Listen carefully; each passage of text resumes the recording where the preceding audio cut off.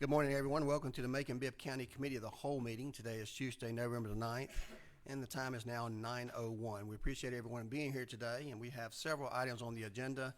We have a couple that we need to go out of order on. We have some folks that have to be elsewhere, and we agreed to allow them a moment earlier. Before we get into those, I would want to go ahead and do the approval of minutes. This is the minutes of the Committee of the Whole meeting from October the 26th, 2021. That's my motion. Can I get a second? Got a second by Commissioner Howell. Any discussion? Hearing no discussion, all those in favor of the motion, please say aye. Aye. Opposed, nay. That motion carries. Thank you very much. At this time, I'm going to ask our Clerk of the Superior Court, Ms. Erica Woodford, to come forward to the podium. She would like to present a couple of things to this commission for your consideration. Good morning. Good morning. Thank you all so much, and I appreciate you, Mr. Mayor and Commission, and the rest of the folks in here for moving me out of order. I have a jury at 9:30 for hopefully a murder trial. We'll see. But needless to say, I am before the commission this morning as the appeals administrator for the Board of Equalization. So I am here requesting an increase in the per diem for the Board of Equalization board members. By statute, that increase has to be approved by the commission. The current per diem is $60 a day for board members.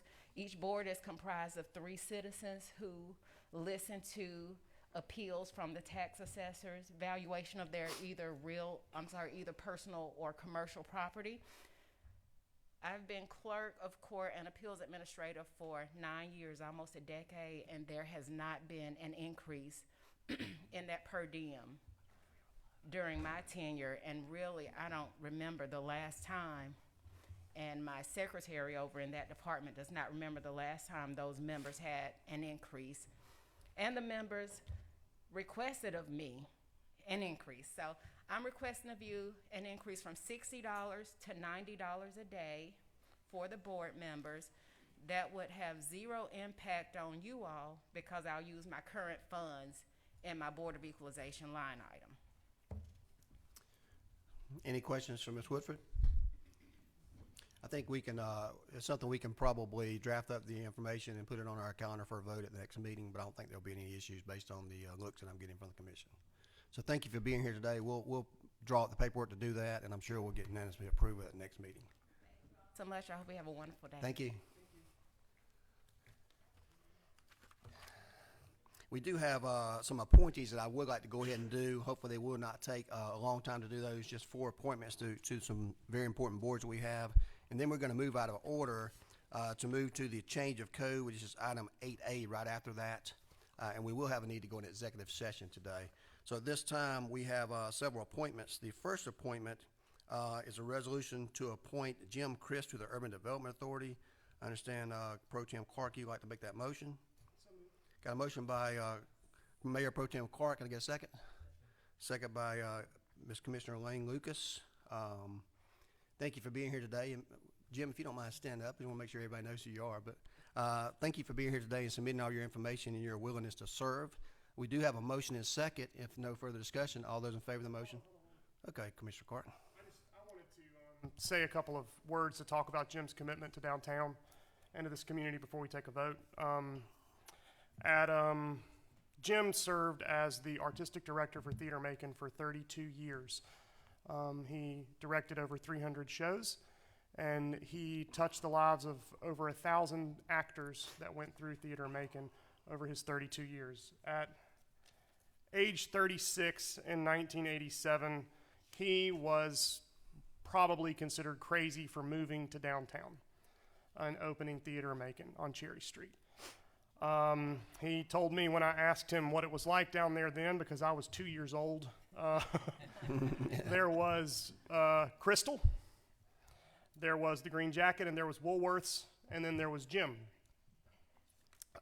He spent a little less than a decade in his first location and moved across the street to the current location in 1995. I've got a couple more things, I'm sorry.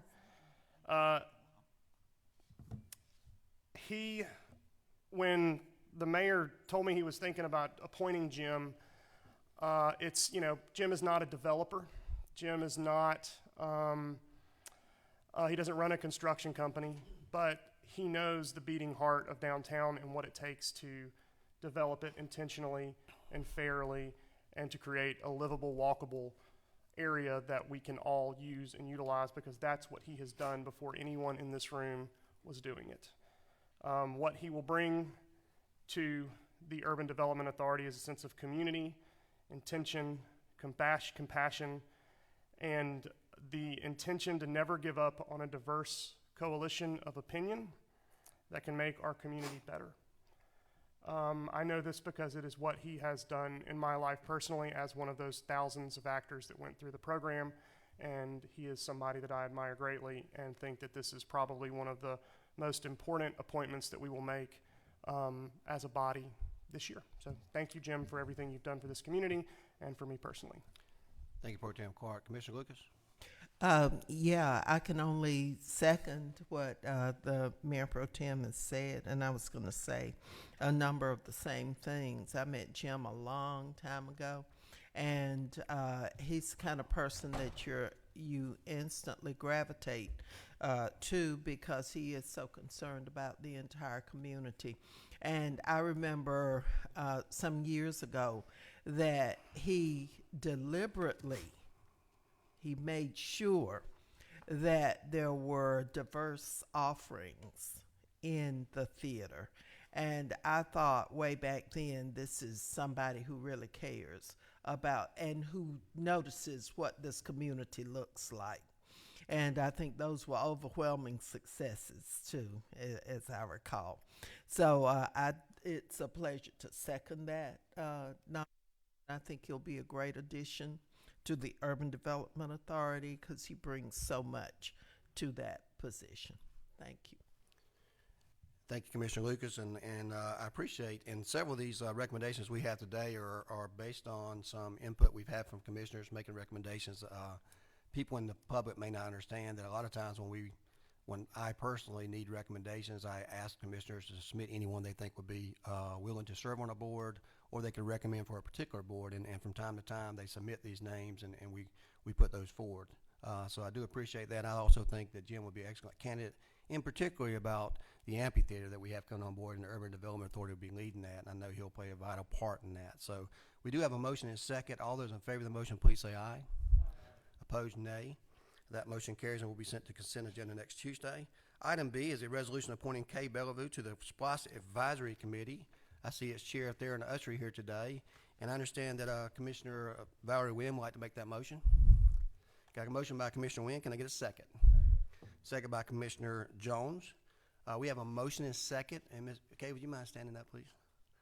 She is here today. We've attached her information, and everything's been completed. She's a lifelong resident in this area, and she's got experience, I believe, that's necessary for this particular board, especially with her contacts with insurance and her involvement in the community. So it's my pleasure for you to be here today. Ms. Wynn, would you like to make some comments? Kind of want to ditto what you just said, her involvement in the community, her good character that I know of, and her involvement with the insurance community, which is a large part of our community here. And I think she'd be an asset to the SPLOST committee. Thank you, Commissioner Wynn. We do have a motion and a second. If no further discussion, all those in favor of the motion, please say aye. Opposed, nay. That motion carries and will be sent to consent agenda. Thank you for being here. Our third one is a resolution to appoint Sanjeev Venkat to the SPLOST Advisory Committee. That is a recommendation by Commissioner Al Tillman. Commissioner Tillman, would you like to make that motion? Approve. Got a motion to approve. Can we get a second? Got a second by Commissioner Bronson. We have a motion and a second. Would anyone like to say thank you, sir, for being here today and for your service in our community? And he's got a vast amount of experience that's been included. You have a question? Been included in your packages. Commissioner Tillman. I just want to say thank you for willingness to serve. I actually first met him through Mayor Rickert and his administration, and he is always around attending things, and we finally can get him to serve on something. Thank you. Thank you for being here. We do have a motion and second. All those in favor of the motion, please say aye. Opposed, nay. That motion carries and will be sent to consent agenda. Thank you for being here. And by the way, if each of you, if you want to stay for our entire meeting, you're happy to do so. But you will not hurt our feelings if you need to retire early to go on to other business. We have a resolution to reappoint Tom Ellington, the Macon-Bibb County Land Bank Authority. I spoke with its chair, and Mr. Ellington has served our community well, and he's been a particular asset to the Land Bank Authority, and we couldn't find any better candidate we would want to reappoint that position, and most of you know Tom. So that is my motion. Can I get a second? Got a second by Commissioner Tillman and others. All those in favor of the motion, please say aye. Opposed, nay.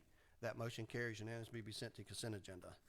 I mentioned to you earlier we had a need to go out of order once more. There's a change of code, and we have Mr. Blake Sharpton here with us today. I want to read this motion here regarding the PACE Clean Energy, and then I'll let him explain that, and we can answer any questions that you may have on that motion. So this is item 8A, a change of the code. This is an ordinance to enact a new article within Chapter 26 of the code to be known as Article 9, Macon-Bibb County Property Assessed Clean Energy PACE Loan Program, to establish a Property Assessed Clean Energy Loan Program to authorize a tri-party agreement with the Tax Commissioner and Urban Development Authority for the purposes of administering such program. So this time, Mr. Sharpman, I'll ask you to give a summation of that and answer any questions that commissioners may have. Thank you, Mr. Mayor. Good morning, everybody.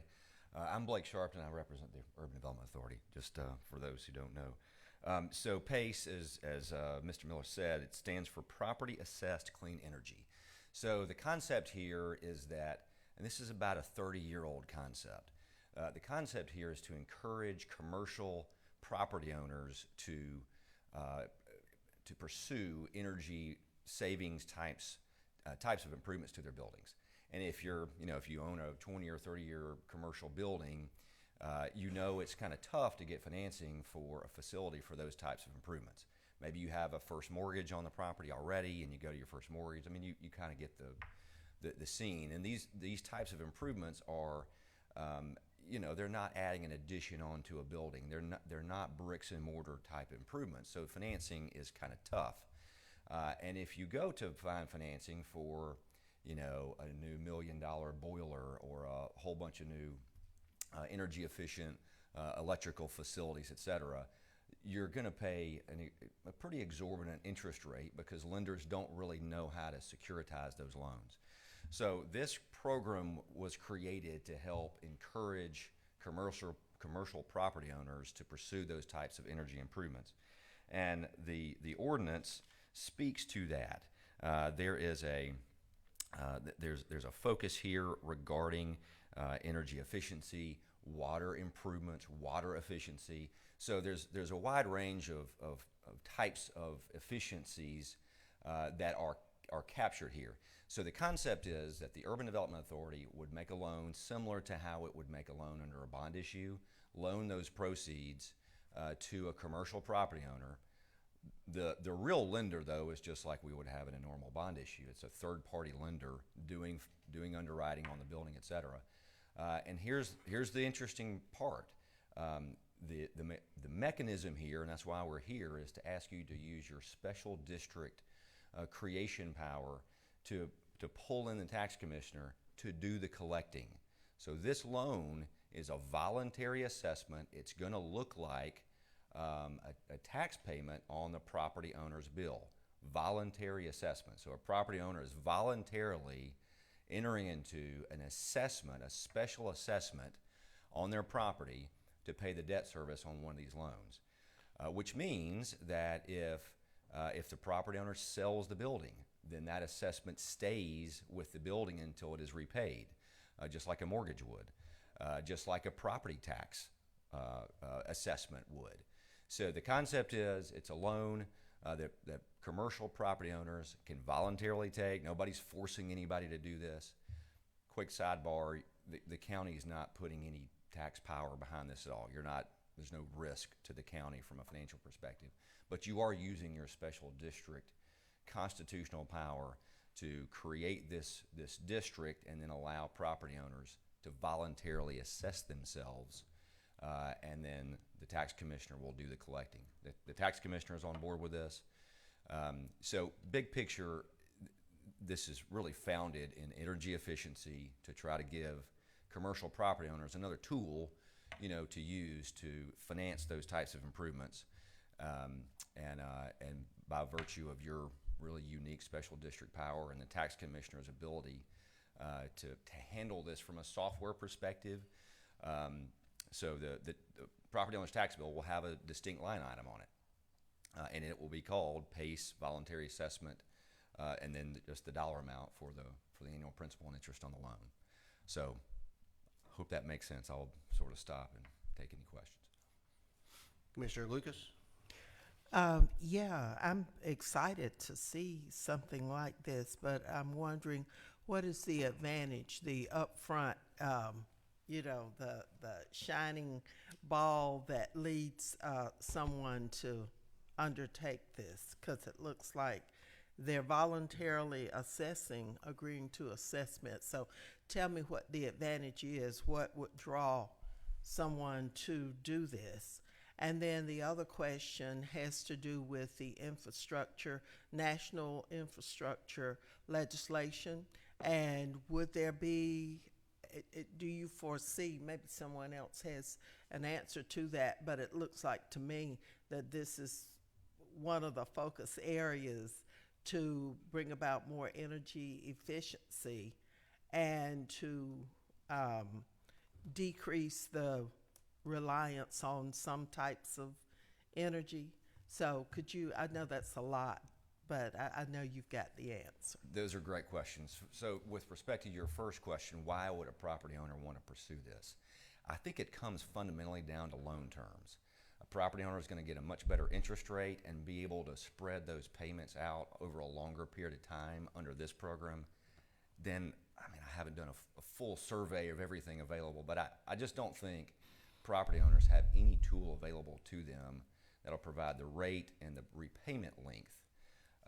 You see 3 to 5 year loan repayment periods for something like this at a 8 or 10% interest rate, which is fine.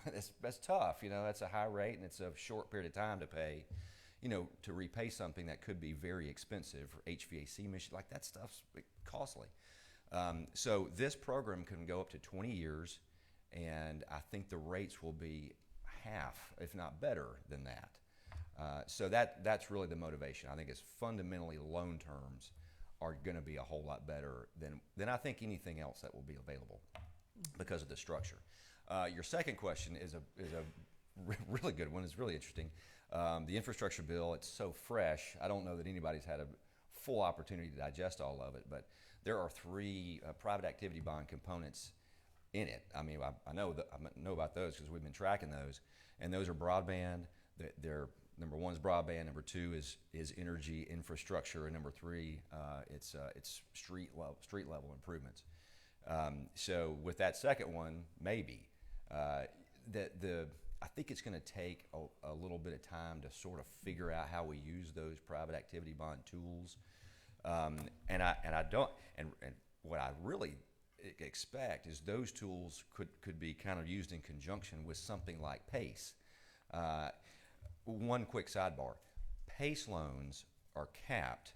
The dollar amount of the PACE loan can never exceed 15% of the fair market value of the property. So we don't want to put the property owner, or even give the property owner an opportunity to get kind of too leveraged. So if we think about 15% is a PACE loan, then you got another 85% property value for maybe something else, and maybe one of the bond tools could come in for some of that other component. So my precise answer to your second question is I don't know yet, but for sure there are opportunities. I'm kind of hopeful. I kind of suspect that there's going to be some tie-in. And the last thing, thank you, Mr. Mayor, for private property owners, is there anything that they can take advantage of? Because this is for people who own properties. But is there something that private homeowners? Seems like Georgia Power had something. They do. They have some programs for solar and other energy efficiency improvements. It's usually very specific to the type of equipment, like it's a water heater or whatever. So yeah, that's definitely available. So the big reason residential homes are not included in this program is because Fannie Mae and Freddie Mac came out some years ago and said residential properties that are financed with Fannie Mae or Freddie Mac loans are not going to be eligible for PACE financing. And so one other quick sidebar on that note. This program requires any existing mortgage holder to consent to the loan.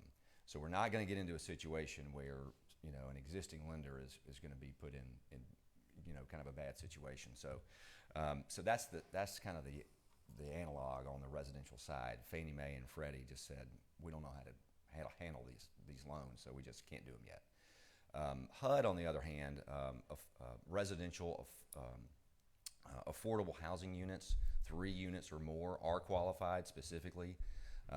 These PACE programs are a kind of a very interesting financing tool for HUD, and they've had a couple of really large pilot programs to sort of study the PACE concept in a few other states. So affordable housing, I think, could really benefit from this kind of program as well. Okay, thank you.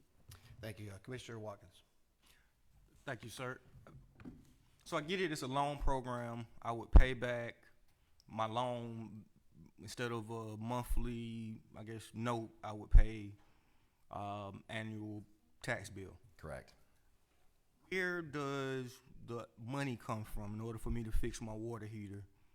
Like, yeah, how does that work? It's coming in from a true third-party lender. So property owners will go find their own lender that are familiar with PACE programs, and they'll go through whatever underwriting process that lender wants them to go through. And then once there's sort of a meeting of the mind, so to speak, between property owner and lender about the project and the rate terms, et cetera. So we don't want to get into the middle of any of those details, but we're just here to offer the program, offer the mechanism, and if property owner and lender come to terms, then we can bake those into a PACE loan. Okay, thank you. Thank you, Mr. Watkins. Commissioner Wynn? What qualifies for these loans? We've mentioned specifically solar panels and water heaters and things like that. What qualifies, and then who determines that person requesting a loan, that it qualifies for the loan? And secondly, how do we get this out to the public specifically to let them know that this is available to them? And what if they don't pay the loan? Okay, three good questions. Things, okay. 3 good questions. Okay, first of all, we have program guidelines. And in those program guidelines, we have about 10 pages of eligible improvements. Things that you would expect, HVAC facilities, geothermal exchange heat pumps, it's all kind of stuff. And so that's the list of eligible improvements. In order to qualify for it, though, that property owner will have to obtain an energy audit from a third-party engineer. Will provide options for that type of audit service to be done. And what that audit is intended to do, and what it really has to do, is to provide a one-to-one cost to benefit outcome. So if there's, make up some numbers, $100,000 of improvements to be purchased and installed, then $100,000 of energy savings must be reasonably obtained over the life of the loan. So, if it's a 7-year loan, then that $100,000 cost needs to show up in utility bill reduction in order to sort of meet that cost to benefit standard. So that's kind of that first step. What happens if the loan is not repaid? The short answer is the tax commissioner can foreclose and likely will foreclose, just as if that property owner failed to pay property taxes. It's the same exact mechanism, and the tax commissioner has the software functionality to handle it, especially with the invoicing. That's been a critical inquiry to make sure that he's comfortable with that process. So the tax commissioner will work in conjunction with UDA to monitor these and see how they go. And is the loan the length of the mortgage on that property, or does it vary? It will vary. We hope that loans will be shorter in length and longer, but they can go up to 20 years in repayment length. And I should have mentioned this earlier. Of course, a property owner, if they're escrowing their taxes and insurance, for example, they can do the same thing with this kind of assessment, and I think they will. That's what I would do, if I was going to enter into one of these, and that way the money is all spooled up, with an escrow agent, and then all the tax commissioner does is just take the money out of the escrow account. And I had that extra question about how does the public learn about this loan? Great question. We will have to publicize it, no doubt about it. We'll just have to do what the UDA is good at doing, and that's making sure folks are aware. It's a unique, kind of a unique program, so we'll have to make sure we educate folks properly, make sure everybody knows what they're getting into. And I think we'll have a real live borrower pretty soon. The developer on of the former city annex, what's soon to be a hotel, is very interested in this program, and I think they have a lender lined up who's willing to look at these types of improvements. And if you think about that building, it's the perfect candidate. It's a little bit of an aging building that really needs some energy efficiency type of mechanical equipment, and it's a really good candidate. So Yeah, I used to work in that building. I know how aging it is. But so we don't have a lender lined up yet. this particular developer does. Okay. Yes, and we've heard from local banks who are very interested in the program as well. So I think there will be a lot of interest from the lender side and the borrower side, and we'll just have to do sort of matchmaker and make sure folks know what their options are. And this loan is different from any federal loans that might be out there that's similar to that, or any other type of loans? I'm not aware of a similar type of program. There might be, but it's a unique arrangement. The Clean Energy Loan Program, there's nothing out there that's federal loan like that anywhere? There are certain types of federal loans, but all of them that I'm aware of are so big in required loan amount that they're for enormous projects. Department of Energy, of course, is the candidate that would make those loans, but all of those I'm aware of are huge. It's $10 million and up as a threshold. So you kind of like, well, that's great, but I don't need $10 million. I need, Okay. 100,000. And you said the cap on this is 15% of the property value? Correct. Correct? Okay. Correct. Thank you for answering my questions. You're welcome. Thank you. Thank you, Mr. Wynn. Commissioner Jones? Yes, sir. So I think you answered part of it for me, Blake. So the voluntary assessment will be determined by the energy audit to come up with an amount needed. Is that? So here's sort of how I envision a property owner approaching this. I think that property owner is going to identify an initial scope of work. Okay. Whatever those improvements need to be, and those go on a list. And that's, let's say it's $100,000 of stuff. Then that energy auditor takes that list of equipment and then runs an analysis of how much that equipment will help the property owner reduce water consumption or energy consumption, whatever that utility consumption component might be. And then that energy auditor comes up with a conclusion. Does the cost of the equipment support the savings over whatever period of time the loan will be repaid? Okay. And so you've talked with local banks, and some people are interested in doing it. Do you think that that second loan is going to necessarily be with the primary lender now, or it could be a secondary lender? If I was going to guess, I think the primary existing lender would easily be the best candidate to make the loan. They're already familiar with it, they're already in the deal, and those improvements are going to help the value of their secured asset. So I think that's the most likely scenario. Yeah. If I'm a property owner, that's where I would start. Yeah. But I do think there will be scenarios where, for whatever reason, that existing lender just isn't interested. Maybe they're not in the market here and making any more, whatever. Yeah. So I do think we want to have some options for folks to consider. So in effect, they'd be taking on a second mortgage if it wasn't with a primary lender. That's exactly right. It's an interesting concept. I think it's a good idea. Thank you, Mr. Jones. Commissioner Howell? Yeah, thank you for presenting this. And first, let me say that as far as analysis goes on the property, I'm sure it would be similar to what we the commission last year did with Macon when we looked at all of our buildings and saw that's similar to how that'll work. I must say this is even though we're talking something that's fairly foreign in Bibb County, the TVA in Tennessee has had a similar program to this. I personally did a geothermal HVA system 20-something years ago, so it's not brand new, but just a little new to us, and it's a great concept, and it's not a risk to us at all. It's another tool for someone that has property that wants to improve it, whether that be solar or HVAC or insulation or whatever. So I think this is a great program. I'm glad to see it come to fruition here and give our folks another option. So thanks, kudos for getting this done. Thank you, sir. Thank you, Mr. Howell. Mayor Pro Tem Clark. Yeah, I just wanted to echo Mr. Howell and thank y'all for the work y'all put into developing this. I think it's a great idea, and Mr. Mayor, I'd like to be added as a sponsor if it's appropriate. Okay, we do have, we've read the item. If you ask your questions, I do need a motion and a second on this. Would anyone like to make a motion to approve?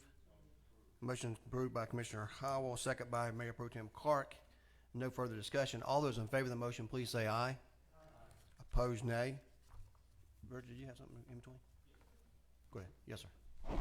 Yes, sir. I hoping to get a second, but I wanted to make a motion to amend the agenda to Okay, add. let me go ahead and finish this vote. I'm sorry. Oh, I thought the vote was finished. We got a motion and a second. I thought it was just on this item right here. Have a motion and a second, and it looked like that passes unanimously, and that'll be sent to the consent agenda. Thank you very much, sir. And Mr. Sharpman has to leave to go to another area. We appreciate your patience for being here this morning. Thank you. all. Thank y'all. Now we'll move on. Commissioner Watkins, yes, sir. I'm Yes, with you. sir. Wanted to make a motion to amend the agenda to present an item to address homelessness by offering the beginning building blocks of creating a comprehensive census of people experiencing homelessness in Macon-Bibb County. Working with our kind of existing service providers to create a questionnaire and then implement that in the streets, finding and locating folks so we can get a comprehensive understanding of what homelessness is and who is impacted by it in our community. I know a lot of times we're trying to make decisions, but we don't have the full level of information. And the second part of this is to employ street level outreach workers to go out into the community and engage with homeless people, letting them know what resources we have and creating action plans. Like we've done a good job, I think, over the past couple years of creating more services for folks to take advantage of that are spread throughout our community. But letting folks know that we have them available in a more direct, building those relationships, I think is also vital. So, but this is proposing using CARES Act funds, Recovery Act funds for those purposes, both of which are eligible. Okay. Are you? And I just want to, this is what we discussed on yesterday, is that correct? Yes. And I thought we were gonna get back and meet next week to go over this, to make changes with the group of people that we assembled before making a recommendation to the commission. Oh, I was under the impression that a lot of folks at the table were ready to move forward. Because I know what we were talking about was creating the census and the pathways, and I don't know if we were gonna ever, as a body, decide what the words of the census was. That was my understanding where we left off at. But us deciding whether or not we wanted to move on with such a project was. Just to be clear, my understanding was we had met yesterday with a group of 8 or 9 people to discuss this particular issue, got very positive feedback on both sides of the equation. We were gonna meet again next week to kind of fine tune the resolution that you had to present to the commission. Now, if I'm wrong, I apologize, but that was my understanding of that. I was not prepared to, of course, add this to the agenda today because I think it needs some more work and support. But it's your motion. If you want to add it today, and you get a second and enough votes, we can move forward with that. But I do think we've got a good framework to work into if we can just get a little bit more time to come up with an agreement to present to the commission. But I'll leave that up to you, whatever you want to do. I say if I get a second, Okay, got a motion and a second. Just to add this to the agenda, that's the first step, and we'll decide whether it goes from there, okay? We have a motion and a second to add this to the agenda. All in favor of adding it to the agenda, please say aye. Opposed, nay. I think that passes 5-4. Okay. So we'll go ahead and add that to the agenda, and we'll discuss that at the end of the agenda. All right, we're going to move on to items, alcohol licenses, so we can have Mr. Frank Howard come to the podium. We're going to walk through these one by one.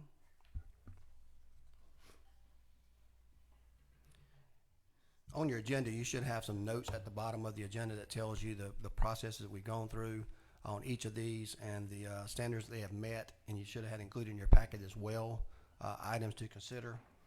So the first one is going to be the new alcohol beverage license for Mount Pleasant Store located at 4977 Mount Pleasant Church Road, Macon, Georgia. That's my motion. Can I get a second? Got a second by Commissioner Wilder. And we've got the attorney here today to go over all this information. Is your recommendation that we accept? Is that correct?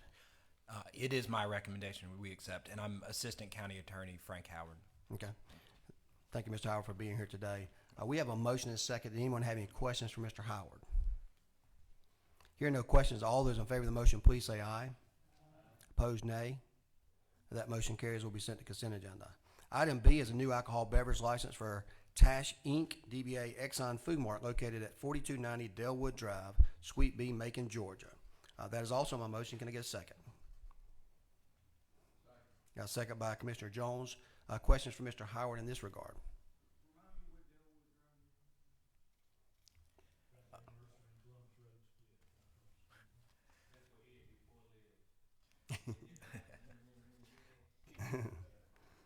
Does that answer your question, Commissioner Watkins?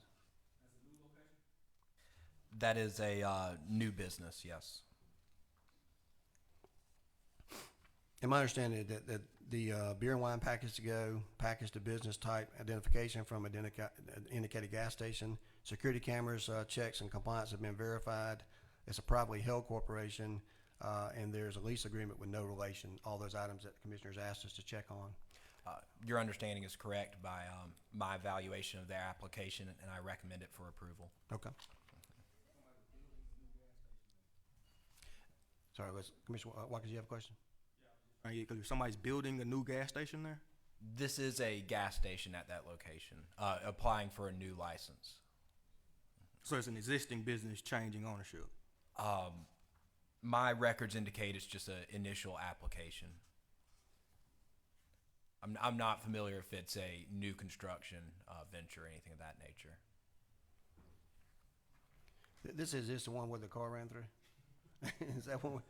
It's Yeah. gas pumps there now. Yeah. Okay. It is an existing business, but it's a new application for this particular applicant. That's correct. It's a convenience store and gas station.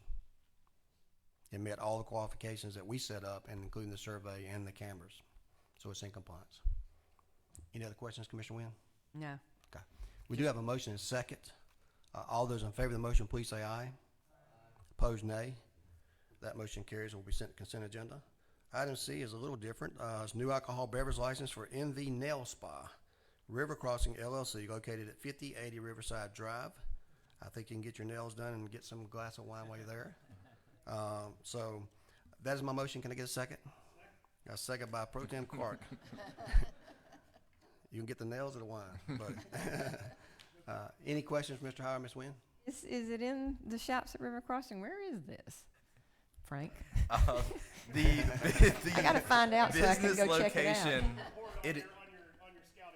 Actually, this is in my records. It is in the shops at River Crossing. It is inside and you can the get shop? a glass of wine or a beer, but Or a no beer. liquor at this No, establishment. okay, interesting. Okay, so is the business is existing already? All my records indicate it's a new application. I don't have records when I review alcohol licenses. So it's going to be a new nail spa with alcohol. I'm not aware if the business was existing, but this is an initial alcohol license application Okay, from that The business. people that work there can't drink while they're doing this, can they? they cannot. Yes. We do have a motion and second. All those in favor of the motion, please say aye. Opposed, nay. That motion carries, will be sent to consent agenda. The next one is item D, which I think is a recommendation of a non-renewal. This is a new alcohol beverage license for Kitchen Pride Food Store located at 3101 Columbus Road, Macon, Georgia. And if you'll give us a little bit of the history of that, Mr. Howard.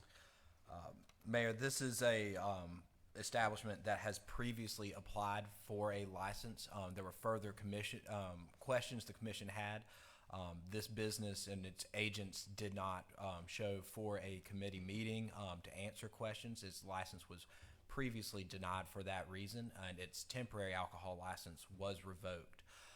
So they are not eligible for a 12-month period to even apply for a license. And they also register that they are a grocery store, and the structure in which they are located is 4,200 square feet. A grocery store must be at least 10,000 square feet. So for those reasons, I'll recommend denial for this license. Thank you, Mr. Howard. We get a motion to deny. A motion by Pro Tem Clark. We get a second. Second by Commissioner Wynn. Question, Commissioner Watkins? Quick. In the grocery store area, did they have the appropriate types of food, or I know it was the square footage, but would there at least been a? We did not review inside the store, so if you like, you may choose to table this action to align this application. Well, actually, no, because their license was revoked, but we did not search inside the store. To determine I was just curious. Okay, but that the rationale for the revocation was that the grocery store component and failure to appear. Correct. Yes.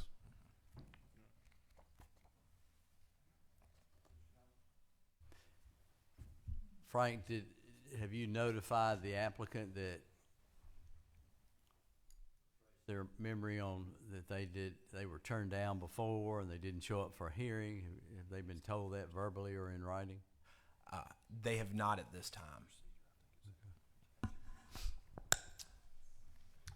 Got an attorney from the county, got a question or clarification from the county Tired. attorney. What is the proper, at this stage, because of the procedural problems they have, is it a motion to just simply reject the application and refund? Yes. Okay, not a denial. Yes, that would be proper as a Okay, reject. so if we can have common consent just to amend that to that effect. Yeah, it'd be a motion to reject and refund any monies that they have paid on this account, and that would be the motion. That is correct. Okay. Any additional questions for Mr. Howard? Commissioner Watkins? I guess I'm trying to be fair. I've seen that building for a long time. So, I maybe I misunderstood you. They were notified to show up and they didn't show up, or? That is correct. They were previously they applied for an alcohol license previously this year, and they were notified at that time to show up for a committee meeting to answer further questions by the committee. They did not respond to that request to come into the for a committee meeting, and therefore their alcohol license was denied at that time. Okay, so we did reach out and they okay. Yeah. Okay. I misunderstood you earlier. I'm sorry. They were notified, did not appear. We took a secondary vote, and we unanimously approved to deny it at that time. This is coming back up because they went to get another license, and we found a reason to reject that. So, Commissioner Clark? Yeah, I'd just also like to note, just from, it's in my district, and one of the major complaints I get from the neighbors on Berkner are about kitchen pride and what emanates from that. And so I just would think it's important to add that in while we're having this conversation. Commissioner Which Jones? is why I made the motion. Thank you, Commissioner Clark. Commissioner Jones? So Frank, just to follow up, before when they were denied, did they get a written notice that you have been denied your license because, was that sent to the applicant? That was, yes. Okay, good. That's Thank you, only Mr. fair. Jones. Okay. We've heard the motion. All those in favor, please say aye. Opposed, nay. Thank you. That motion carries. We have a new alcohol beverage license for Debbie's Food Mart located at 1248 Jeffersonville Road. If you remember, we have had this on a couple occasions, but the business was not open at the time. Since that time, they have opened, and we've sent our investigators out for an inspection, i.e. Attorney in front of us. And he has a report for us about the items there and whether or not they meet the qualifications for the food mart.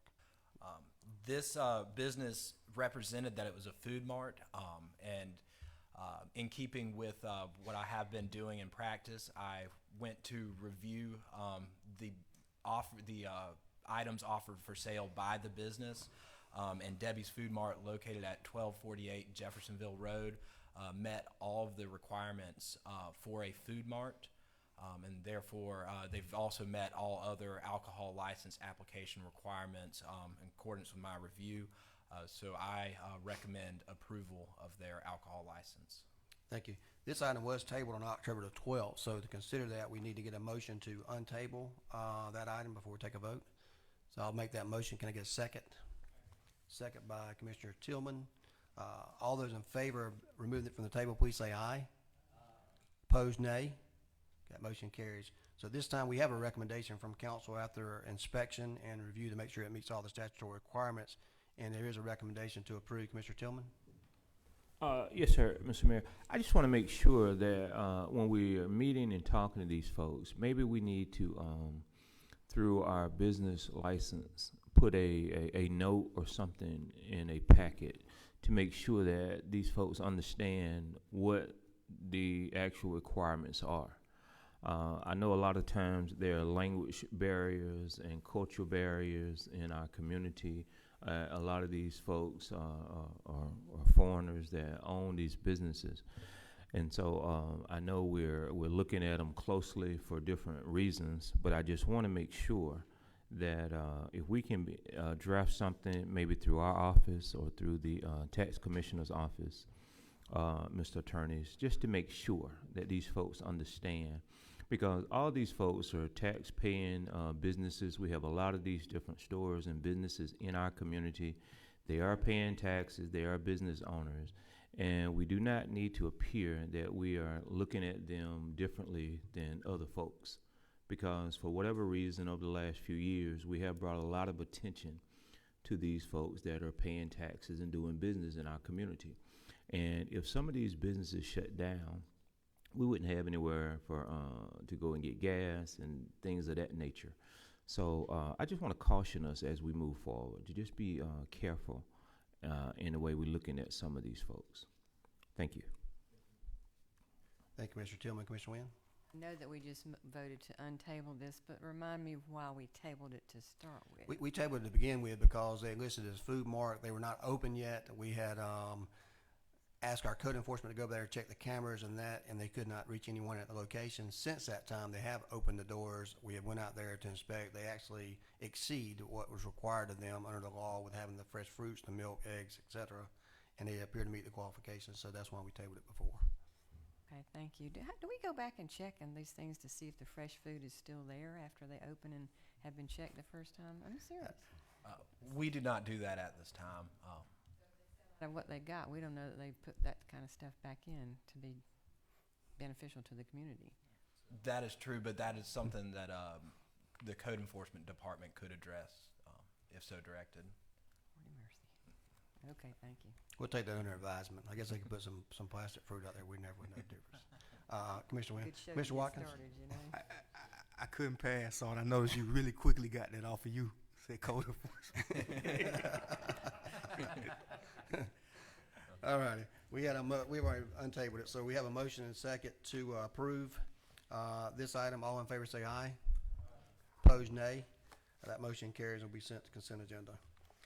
Item 6A is a resolution authorizing acceptance of fiscal year 21 Emergency Management Performance Grant, an ARPA grant from the Georgia Emergency Management Agency in the amount of $50,000 with a $50,000 local match provided by in-kind services to be used for EMA to provide equipment purchases and support staff salaries and benefits.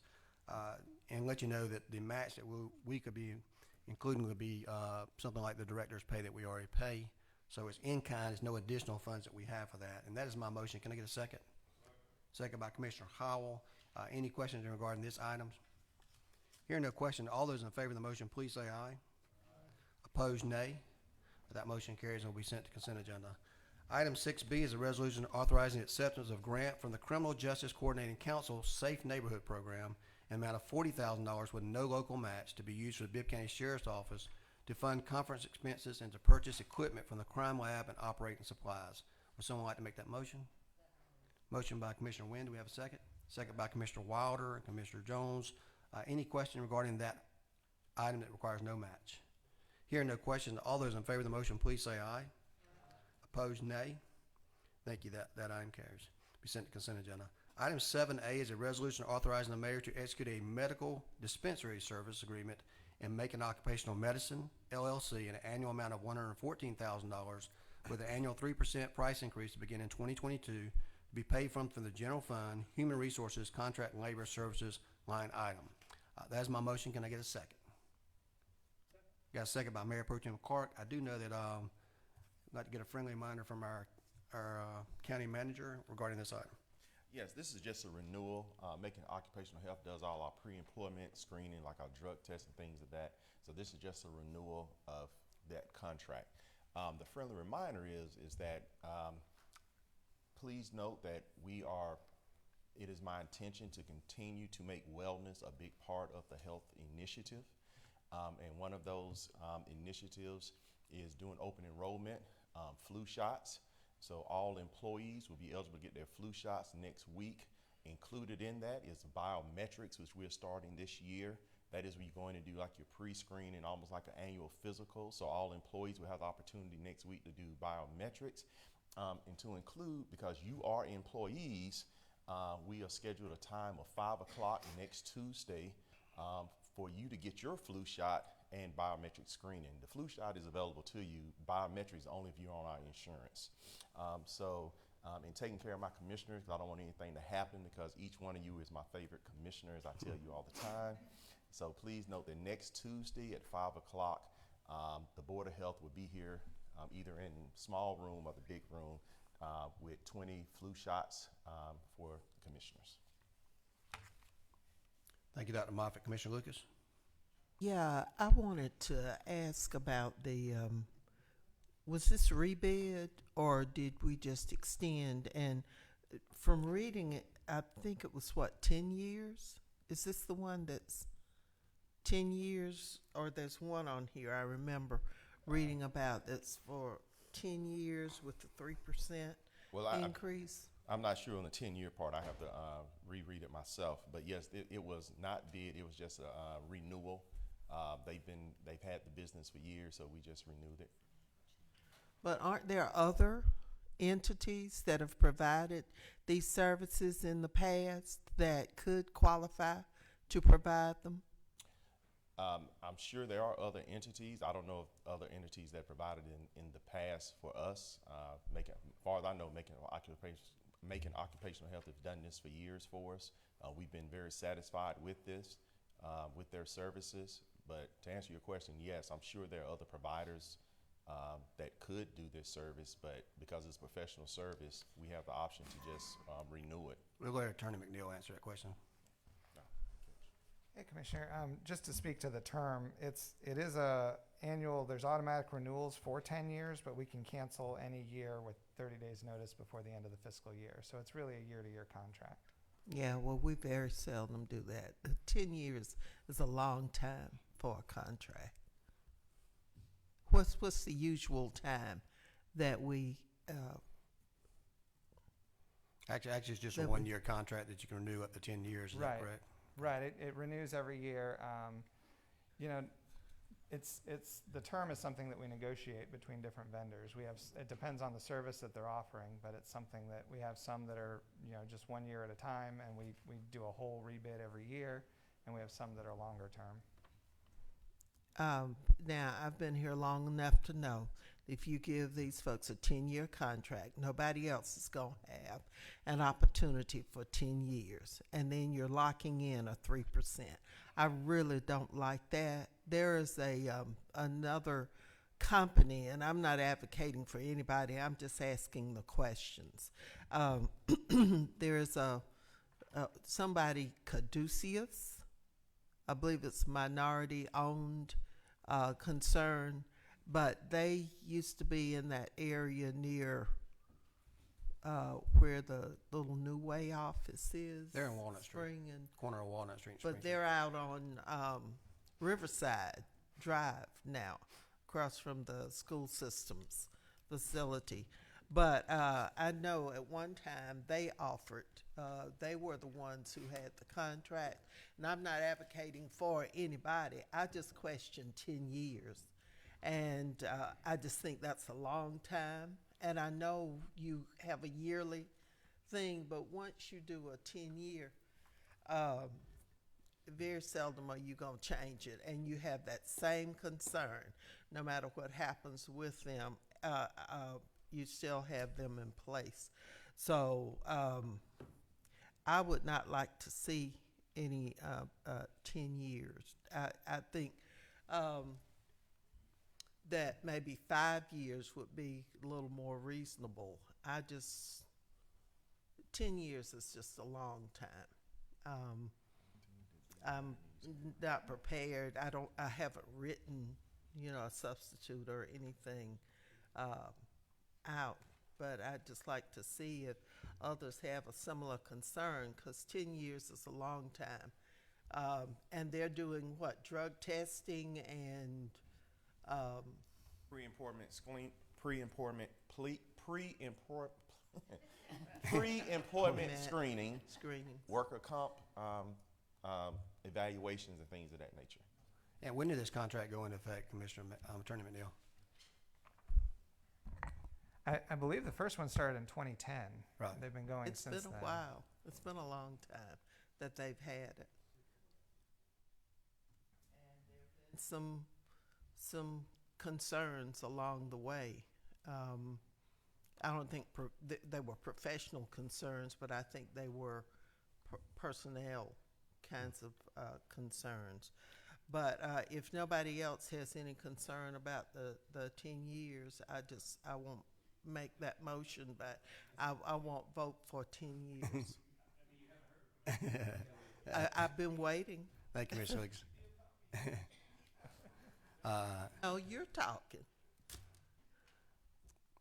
Commissioner Lucas, you had the floor, so you're recognized right now. So when Thank I you. ask somebody else, they have any questions. I'd just like to hear what others think of 10 years. I think 5 years is more reasonable. And so I would hope that someone would agree on that.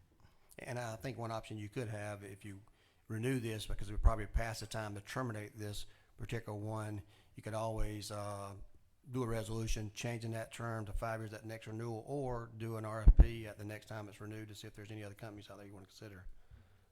Certainly, we just know that we were under a 7-year contract with a waste company, and now we're no longer under that contract, so we know it doesn't always require 7 years if you're not having the proper I think waste coverage. is a little bit different. I think you're justified in that length, but 10 years on this one, when you have other entities that can provide the service, and with the waste, I don't think there's too many others that are in position to provide that. So Thank you. I understand your position. Commissioner Water? Commissioner Water? Yeah, I just put my 2 cents worth in. I still carry a CDL license, so yearly I have to get a physical for that. I've been to both of these entities and was much more pleased with the Macon occupation. Just my opinion. Commissioner Water. Commissioner Jones? Yes, sir. I think my understanding, maybe the attorneys can answer, but this is a 1-year contract with an option. Isn't that what it is? So an option usually requires some sort of affirmative action to extend. This will extend automatically year to year unless we cancel. So the default is that it'll extend year to year, but we can cancel at the end of any year by giving 30 days notice. Okay, so it's a 1-year contract with an automatic renewal. Right. But we have we can terminate it with 30 days written notice to the other party. Right. Okay. I guess you can look at it either way. It could be a 10-year contract with a 1 year, or a 1 year 10. It's the same Right. information. So I don't want to get tripped up over the language. Right. Basically, within 30-day notice, you can get out of it. Yes. The party can, but at the same time, it will continue to renew until you take some proactive step or to do something else. So, Commissioner Bronson. Oh, so 2 cents wise, I was leaning toward what Commissioner Lucas was saying during the 5-year. I think that allows us basically in that sense, it doesn't boggle down the next administration, gives that 1 year lapse to pretty much make a determination on it. With the change in technology and the change in medicine, I think that'll be a good idea on that end. So I support Commissioner Lucas' viewpoint on that. So, Commissioner Bronson, you're starting to worry about this next administration you keep talking about. Commissioner Tillman. I'll yield to Commissioner Brunson. I don't think he was done. Were you finished? Are you gonna let the mayor get away with that? He was through. Okay. I want to. A few years back, Coca-Cola came in here and was trying to do a 7-year contract for vendors through the recreation center. And we rejected that because the most we'd ever done contracts with was 3 years. And the car dealerships out at the airport, I think every year they renew in 3 years. And I would just think that all of us who have been in some type of business just know that a 10-year with anyone to lapse over into a new administration or next administration is something that we've always been against. And so I think it would be normal to do a 3-year contract with anyone that's doing business from Macon-Bibb and not going to obligate a new commission or a new body. And so I don't know how we came up with 10 years. I mean, a lot of companies and people out there, I'm sure, want to do business with the government forever. And a lot of them do because they offer great services over the years, and we continue on with them. But I think up front, to be fair, because we do have new startup businesses, other businesses, and I know the owner personally, as do many of these folks up here know who the owner is and know the owner is a good guy and good business. And I just think, to be fair, that we would at least do a minimum of 3 years. Yes, so like I said, we've had the contract now, or this relationship, for at least 10 years, if I'm understanding correctly. Yes, sir. And I guess I was looking for a little bit of so we had the option, we could have came and did a RFP and rebidded it or renewed them. And I guess I was looking for a little bit from the administration on the relationship we have now, that price being, what are we getting for the price, and like, I guess, quantifying why we're pleased with the relationship. In working with our healthcare provider and Blue Cross Blue Shield, they have in my 3 years here, they've had a good relationship with them. It was time to renew it. And they've been working with us on our wellness program, all our pre-employment activities. We saw no need to make a change at this time. And so the 114, that's a flat rate for everyone who Yes, sir. gets hired by us. It's not a per person estimate. Sir, it's Okay. it's a flat monthly rate that we've been paying, and with everything going up, the 3% is just the cost of things going up. Annual rate, right? Correct. Yeah. Okay. You probably Right, pay but we pay it monthly for an annual Okay. amount. Okay. I guess it started at 100 10 years ago, and that 14 is the increase from the last contract, and that's where we are now. As an assumption, but Yes. or has the amount changed significantly from the last 10 years to? No, the amount has been the same. Okay.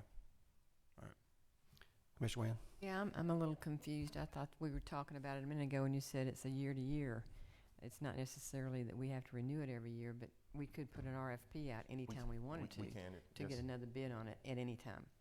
Not 3 years, 5 years, 10 years. Yes, ma'am. Next year we could. So that's kind of a year to year, isn't it? Well, again, that's when the attorney tells you that pretty much all our contracts are year to year, but they have stipulations if they're automatically renewed or you have to take an action to renew them. It just depends on the terms of the contract. So we could ask for an RFP now. Well, not Could. now, but the next go around maybe. We could. Within the next year. Yes, ma'am, we could. Actually, I would favor 3 years, but if that's the way it's written up, we could ask for an RFP at any time we wanted to see about how someone else would bid. Is that right? That is correct. Okay, thank you. Thank you, Mr. Wynn. Commissioner Lucas? Do you have another question? What would be the appropriate motion? Is a motion in order to change to 5 years? And I'd like to speak to that if I'm in order. I can address it.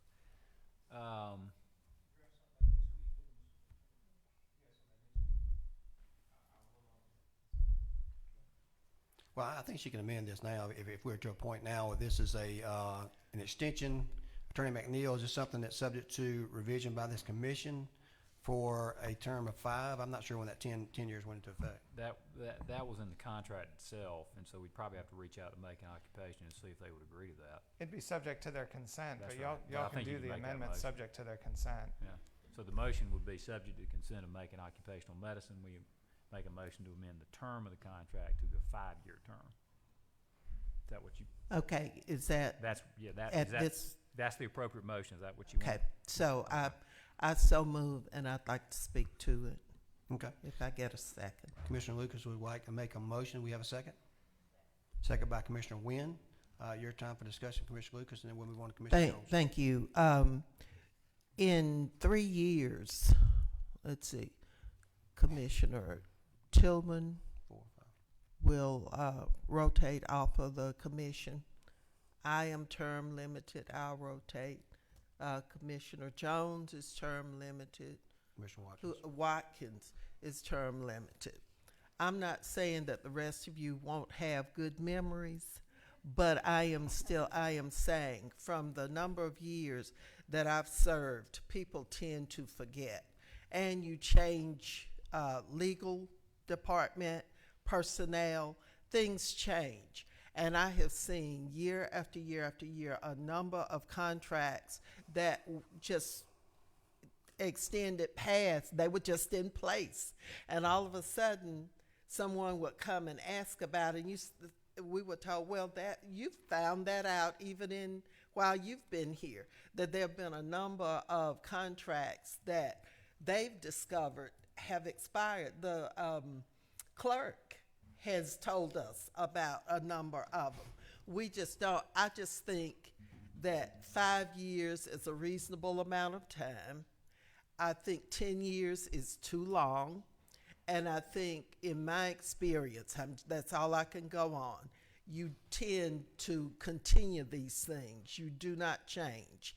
And there will be in the future some opportunities to give some other entities an opportunity to provide these services. And there are entities in our community, and maybe there will be some more with our small business folks creating companies, helping them to develop. Maybe there'll be that possibility. I just don't like the idea of a company having a contract for 10 years, and I voted to approve it when we did it before. But it wasn't a 10-year one. And so I just have a problem with that, and I would like to ask you to please support the 5 years. And for those who will remain on this commission, you need to remember or have a system where you review these contracts as they come up, because we've had a bunch of them that have expired and we didn't even know until somebody came maybe asking for some more money or whatever, and we said, well, this contract is expired. We've got to review and redo the whole thing. So I just ask your favorable vote on the amendment to change from 10 years to 5 years with the 1 year. I wish there were a way to mandate that 1 year. I know we say you do a 1 year review, but somebody will forget. You have so much that you're doing, it will slip through the cracks on something like this, and but I'm not gonna tinker with that. I'd just like for us to reduce it to 5 years. Thank you.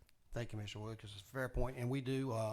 We have located numerous items when I arrived in January that had expired. We've come up with a tickler system, including many leases. You'll be surprised. You've got some leases out there that run 30 and 50 years, not only binding myself, but many, many mayors down the road. So it's something we certainly always want to look at. Yeah, I can't say next administration. But that continues to be an issue. But I think we do have a handle on that. We've delegated some of that to certain departments. I see you waving at me, Attorney McNeil. So we have a tickler system to come up with a lot of those responses, but also through our financing, we know that if the contract has expired and we don't have a new one, there's a payment issue there. So I'm going to let Attorney McNeil was waving his hand at me, let him talk, and then I'll call on Commissioner Jones. I just want to mention, Commissioner Lucas, to your point about reviewing the contracts, that the procurement code update this body passed a couple of weeks ago includes a directive to the procurement director, Mr. Lawson, to set up a program so that contracts are reviewed as they near their expiration date, and so that an intentional determination is made for each of these contracts, whether they go right out for bid or if they're just renewed to the same vendors too. So that's something that, you know, was just given to him as an assignment, but that's something that's in process and we're developing now. That's good. This is a good time to start making the information easier Yes, ma'am. to deal with. Commissioner Jones. Yes, sir. You know, 2 or 3 points. We're always going to have contracts that overlap from one administration to the other. You're always going to have that. We've had it going into this one. I'm sure they had it each and every one before.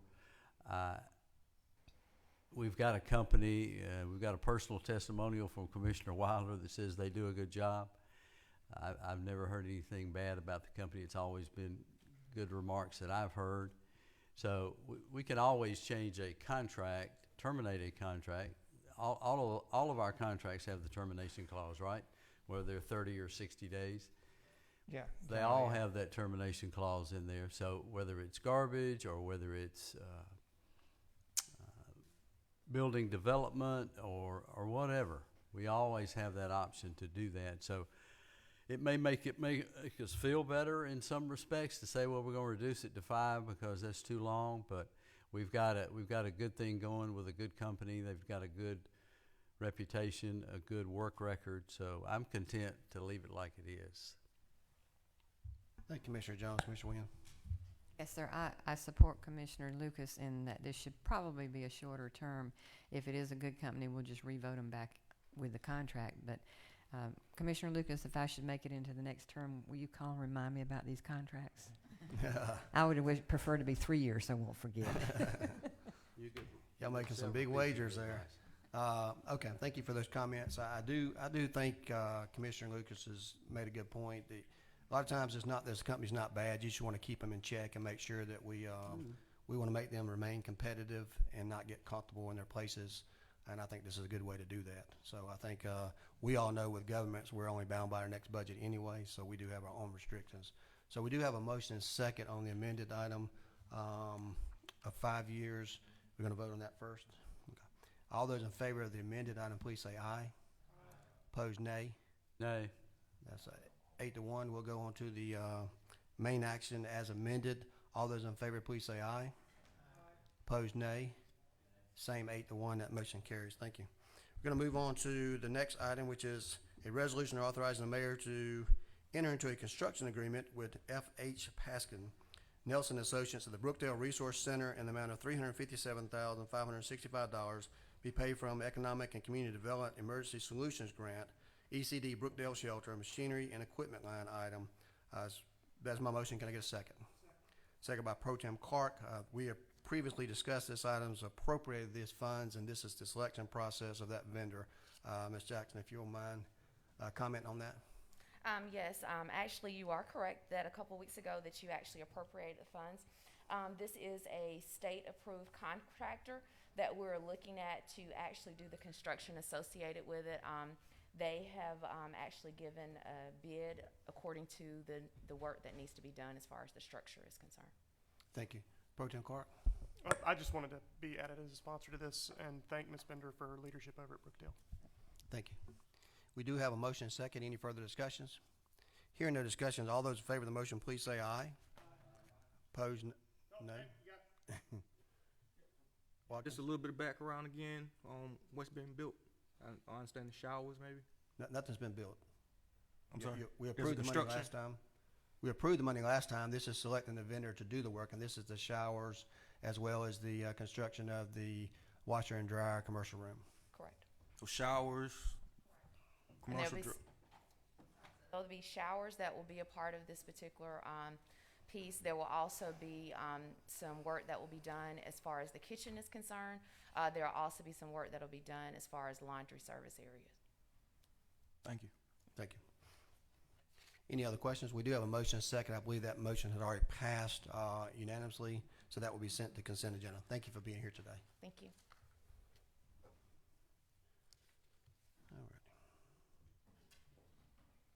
Our next item is going to be item C, is a resolution authorizing the mayor to enter into a contract for construction with Sam Hall and Sons, Inc. for the construction of a solid waste disposal convenience center in an amount of $276,187.50 to be paid 2018 SPOS funds for Walker Road and landfill closure.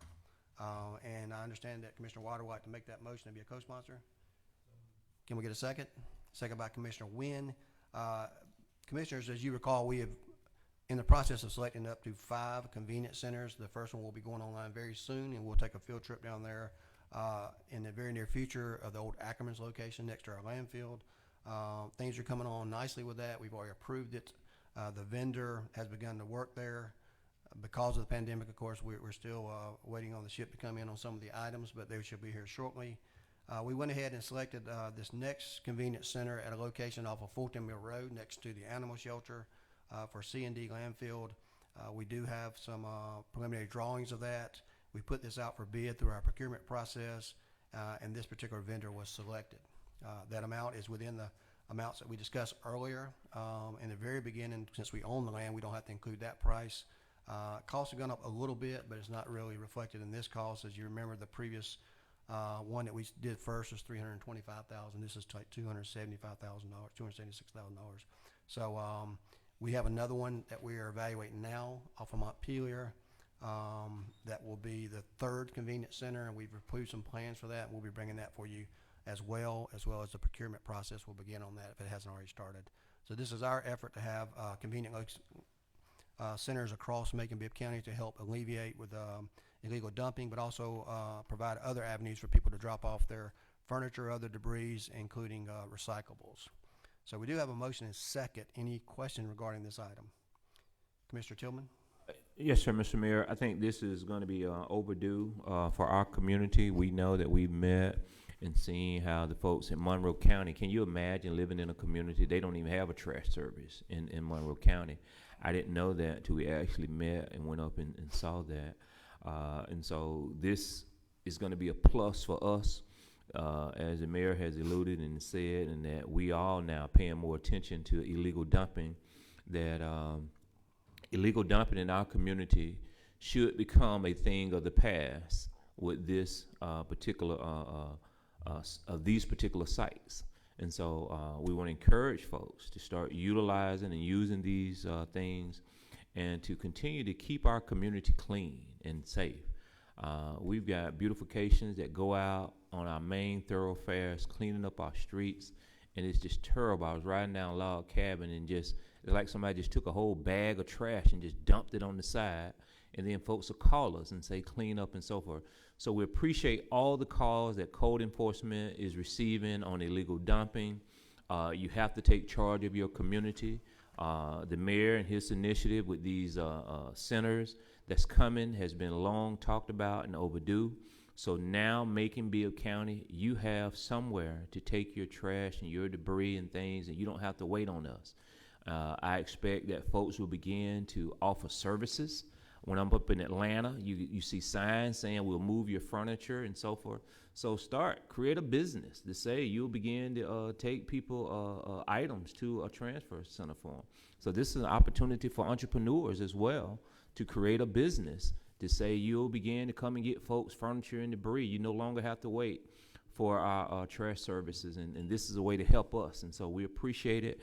I hope this will pass unanimously, and everybody in this community, commissioners, can get excited about these things that's happening. The mayor, we want to appreciate you and thank you for bringing this idea, and those folks over in Monroe County, those commissioners, for meeting us and sharing us and helping us through this process as well. And I just appreciate it and look forward to taking items and not having to wait for us to come by and pick up anything anymore. Thank you so much. Thank you, Mr. Tillman. We do have a motion and second. No further discussion. All those in favor of the motion, please say aye. Opposed, nay. That motion carries unanimously, be sent to consent agenda. Item D is an item we discussed before when we did some funding for the ARP money and a grant specifically. This is selecting of the vendor to do the design and construction. So this is a resolution authorizing the mayor to execute a design build contract with Warren and Associates for the design and construction of renovations to the Middle Georgia Food Community Bank in an amount not to exceed $4 million payable from the American Rescue Plan Act funds. That's my motion. Can I get a second? Second by Pro Tem Clark. Just let me tell you this, that we had indicated earlier that we would do 25% and we would get a 75% match. So if you remember correctly, during our ARP funding request that you approved, we would put up to $1 million and they would match it to $3 million to increase our blueprint there. All the information should have been sent to you in your package of the sizes and what this would mean for our community, but we only have to put 25%. We've already allocated those funds. That is what this motion is. Commissioner Watkins, do you have a question? Okay, I guess I got a little confused because this says 4 million, but you're saying $1 million? Yeah. Our obligation is $1 million. Correct, but the contract with Warren and Associates is not to exceed $4 million. The grant that we're submitting, we would get, like you said, 75%. So using round terms of $4 million, we would put $1 million of our ARPA money. There would be $3 million from the state ARPA money if we're awarded, and his contract in totality would not be more than $4 million. And our obligation would not exceed $1 million. Correct. And just remind me again, we're building a $4 million one facility? This is a DCA focused grant that is absolutely for food bank buildings only. So it's multiple buildings? It is only for food banks around the state. So we were allowed to apply for our local food bank, and it is directed at the building construction there at food bank to better serve and house the volunteers and the people that work there, to make it more conducive, make it COVID safe. They were very close, compact offices that needed to expand when we were in pandemics, and that is the purpose for it. I think there are 8 or 10 food banks around the state that are eligible to apply for this, and so we're just following the guidelines they've given us to apply for this grant. Okay, so $4 million in construction at one facility. May not be $4 million. They're going through the design, build, construction so that they can determine how much it may be. $3.2 million, of which we would only pay 25%, and they would grant us 75% if we're awarded the grant. So it's in a new location or the existing food location? Location that will be reworked. So they're to going to better demolish house. that and build a new one? It will not be completely demolished as the original plans that I've seen, but that is what the design build process is for, is to have the designer and the contractor go out and see what can be reworked, a wall moved, a bathroom moved to make better facility access. So I assume this number does it include, I guess, additional like services or provision of food to new This people through a particular new program? grant is not applicable for food. There are other grants out there for food specifically. This grant through the DCA is specific to the construction of food banks around the state of Georgia. Okay, and I guess maybe to help, how many square feet is the existing facility? 3,259 according to the documents that we forwarded to you. Let me give you this information, maybe be helpful, that's included in the resolution. Out of the 102,000 people in Middle Georgia residents considered to be food insecure, 24,190 of those live in Macon-Bibb County. Macon-Bibb County currently has 12,123,856 pounds of food, equaling 10,103,213 meals to the Middle Georgia Community Food Bank.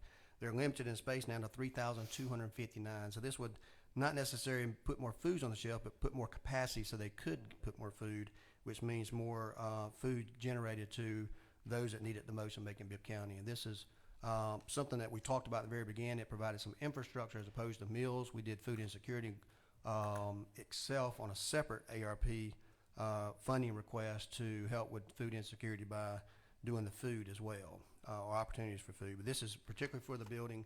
It's limited to that particular purpose. We're only serving as a 25% match, and we agreed to fund up to $1 million, which means it would be a $4 million project. Doesn't necessarily mean it's going to be $4 million, but there's a 75% match. Oh, that's like roughly $1,000 a square feet for warehouse space? No. Like we're not building a hospital? No, sir. See, no. They are in the design phase now to do the project. The project, we used a generic number of up to $4 million because of the plans that they could be. So, no. So, when you go ahead and try to do the calculations, that is part of the project, is they are designing it now. And when they're finished, then we'll be able to submit the remaining information for the grant. Oh, so how much of this is needed to actually design the project? So we'll know, I mean, like 2%, 5%? That's Or when will the design build portion be complete? yeah. If you'd like for me to give you a copy of the grant, I'd be happy to, because they're very specific in the guidelines of the percentages that can be used for architectural design as well as construction. But it is in the process. We need it very quickly so that we have a general idea when we submit for this grant at the end of the month that we are asking for X number of dollars. So it will be a percentage paid out of that. I guess for Grant me, awarded. like the documents, I'm having a problem visualizing $4 million of upgrades to an existing warehouse that doesn't expand the square footage. Well, it is gonna expand the square It- footage. And it reworks walls, it moves offices, it changes a lot of the space, and any of that construction is expensive these days. And we'll have a better number for you once this design contract is through and they're able to complete their work and tell us what their estimated cost is to make those adjustments. I yield. Commissioner Wynn? Yes, sir. I think we voted on the amount before. did. But I just for my clarification too, this is an expansion perhaps of the building with renovations to the building, but perhaps some expansion to the building. That's correct. Is that correct? Yes. And also, did we get, is any money coming from the Middle Georgia area besides Macon-Bibb County? Because Middle Georgia Food Bank services several counties. Are any of their monies coming into this to help with this project? Well, I just gave you specific numbers to this location. I believe that particular office serves up to 11 communities surrounding us in Macon-Bibb County. That fund is distributed based on the amount of people you have in need through those other communities. So other communities are contributing to this renovation No, expansion? not to this renovation, no. Why That not? 24,000 figure I gave you was the amount of people that we have here in Macon-Bibb County that are food But insecure. why, since they are getting benefits from the Middle Georgia Food Bank, the 11 communities, are they not contributing to this renovation expansion? at Not that all? I'm aware of. We're the ones helping provide for the grant, and we're the ones that agreed to the 25%, and they matched 75%. Okay. I don't know what kind of financial position that I- Twiz County is in to contribute to this, and I'm sure their ARP funds are not quite significant like ours are. Significant, that's why, but that's why I'm asking, some could contribute if they had them, they were given, all communities were given monies, all counties were given monies, all Right. cities were given monies. So I didn't know if somebody else was contributing to this besides Macon-Bibb County. So this is something we previously voted on the amount. This is a match. We won't know all the figures until we get those in. This is this design process that we have to do to make application for that. We will not expend more than $1 million, and perhaps we may not even expend up to $1 million if it comes back that those renovations are substantially less. But this is the amount that we agreed on prefer, because we wanted to make sure we have sufficient space to increase our capacity to provide people, because this commission has continued to tell us in our community that we are faced with a lot of food insecurities. And this would greatly help our community, and I think for 25 cents on the dollar, we're doing pretty good at that. So the design cost will come out of the $1 million? Yes, and it's limited under the grant on how much you can spend on each part of the process. So we won't know the ultimate figure, but we're letting you know that the total amount could be as much as $4 million, and our obligation would be capped at $1 million, although we don't expect that to happen. And is all that in the grant, Julie? It is in the grant, and if you're all not interested in us writing it, we have a team of people that'd be happy to not write it, because it is a beast when you Yeah, put I'm things sure. together for the federal government. But if it is something you want us to continue, this is the process that we've had to follow to get to this point to be able to submit. Thank you, and thank you. Mr. Jones? Yes, sir. We did vote for it before, but I think Commissioner Watkins and Commissioner Wynn make fair points, fair concerns about, because we've kind of picked out this arbitrary number, right? $4 million. We don't know that it'll go that high. We're going to pay 25%. I also think it's fair to wonder at least why the other counties aren't participating. I know it's our grant, it's not theirs, but they do benefit however many counties those are. So I think those are fair concerns, fair expressions. I will say that we also have our partner UDA in the room, because, again, the state approached us about this grant because it's so specialized. I think there are only 8 or 10, and they are, as the state, determining that they are only giving this to food banks, Right. and it has to be for the physical reconstruction or construction of this building. And in that, They, the food bank, who currently owns the building, can actually not own the building to use these federal funds. So they're having to utilize UDA so that UDA will hold the lease to this facility for 5 years. And all we've done is facilitate the opportunity for the food bank that serves the Middle Georgia region to expand and have a better facility to continue to serve regionally. We did not reach out to other counties to try to figure out the timing of how we would get their commissioners to agree to pay pennies on the dollar of what we were doing, because we have money right now that is accessible. And we are trying to do everything we can with a very limited staff to make sure that we are accessing every bucket of money that would benefit anything in Middle Georgia. So that is all we have been trying to do, and we have to turn this grant in a couple of weeks. And I suspect that would be way too cumbersome to try to involve Very much all so. those other counties Very and much get the so. job done. So Yes. just fair questions, fair concerns. I still support it. Thank you, Mr. Jones. Mr. Watkins? I guess I was just curious, as part of the grant or the process, is there a rule that we can only have one food bank location? Or can these be multiple, like kind of like we're doing with the convenience centers, spread out type thing? Again, there is another grant for that the DCA is working on for like rural, if they have outlying areas. That is not the grant we're talking about today. This grant is specific to one location. Beyond specific, yes. To the food bank locations that are already in existence. Mayor And Pro I'd be Tem happy for you all to come help us write if you'd like to. Mayor Pro Tem Okay. Clark? Are we jeopardizing your chances in this grant if we? Yes. Okay. Commissioner Tillman? I was trying to ask Julie quietly, was Houston County a part of the Middle Georgia Food Bank? They're not. Okay. Okay. Some of these, and I think Commissioner Wynn has said it and hit it the nail on the head. The Middle Georgia Region Commission services all of Middle Georgia, and everybody contributes to that Middle Georgia Region Commission and things that they do. I think that because we have so much CARES Act money, I think we need to be reminded that other municipalities also receive CARES Act money, and some of them have a surplus of $300 million. And a lot of times y'all come in here and say, we're on the time crunch, we need to move fast and so forth. And sometimes it's like you don't expect us to ask a question about some of this stuff. And the only reason why we're asking a question is because we've got this CARES Act money, and we are all of a sudden spending it freely as to some of the projects y'all want to see get done, but we're not, spreading the pie, so to speak, when we're trying to get other things done. So I think that's why you're receiving a lot of questions.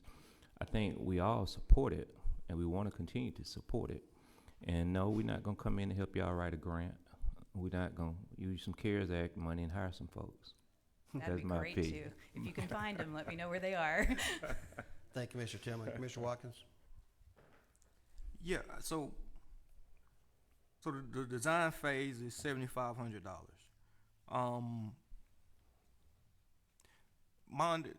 Help me understand. If the design phase comes in and the cost is less than $1 million or less than $4 million, that money goes back into the federal or state pot. We don't have like if they only need $3 million to do the work, Macon-Bibb loses its eligibility for the remaining $1 million. If it only comes back $3 million, then in the budget that we submit to the state that has yet to be approved, we would only ask them for 75% of that. We would still have the $1 million that we've said we would commit up to $1 million. We would take the portion that represents 25% of the overall budget that we're submitting, and we would use our ARP money for that 25%, and we would submit a grant asking for the other 75%. If we were awarded, we would come back and say, hey, we didn't use that whole $1 million that you originally committed for ARPA. So we spent $350,000, and we have this remaining money that we need to direct someplace else. So, but I'm understanding correctly, the state award is up to $4 million? We estimated from an original design that they had that this could cost up to $4 million. It is not a cap from the state. That was an original estimate that we had. Okay, is there a cap from the state with this grant? Not familiar that there is. So we could build our facility as big as we wanted to, I but it's, suppose, as long as we had the 25%. and the time to design it as big as you wanted to. So True, but there is a provision. We could build a 20,000 square foot facility if we had the time and energy, but we couldn't put a facility in 2 locations. That's your there is understanding of a the grant? second grant that would identify offshoots of the food bank rural centers. There's a different grant for that. And it's in its amount. Does it have a cap? I haven't looked at it. Okay. Okay, we haven't started. This in is the that one process. that was asked of us from DCA to look at. Okay, understood. But there is a make new construction grant available if we wanted to. It's not a whole made new. I think it has to do with rural regional centers that maybe also just need upgrades, but it could have new construction. I have not read it. Okay, so but as far as you know, this one is for urban areas, and we can only have 1 food bank location per urban area. This is directed from the DCA, who came down and asked us to apply for this grant specific to the food bank we have in place. I do not know all the specifics that you're asking, if it precludes it or if there are other options. This is just the response that we've had to a request from the DCA. Thank you. Thank you, Ms. Watkins. And I think we have one more question, Ms. Moore.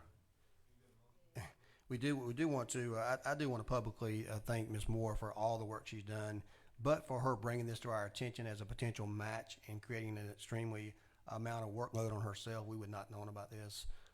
And she has served us well on this grant process, and her staff, unlimited staff. And this is a great opportunity that we have to take 25 cents and make it 75% match. And we don't know what the costs are going to be. We anticipated it could be as much as $4 million because of previous design that had looked into but never was funded. But we know that we had the need here. So I want to ask for one final question, Commissioner Wynn, and we'll call this for a vote. It's no biggie, Julie, okay? First of all, thank you very much for all the work you're doing. Those rural food banks would be something that the rural communities would have to look into themselves, right? We have nothing to do with that. Those are all But opportunities, that's an opportunities option that are for out there. them. That's an option for them. Right. Okay. Thank you, Ms. Wynn. We do have, I believe we have a motion and a second. We have a motion and seconds. No further questions. All those in favor of the motion, please say aye. Opposed, nay. That motion carries unanimously.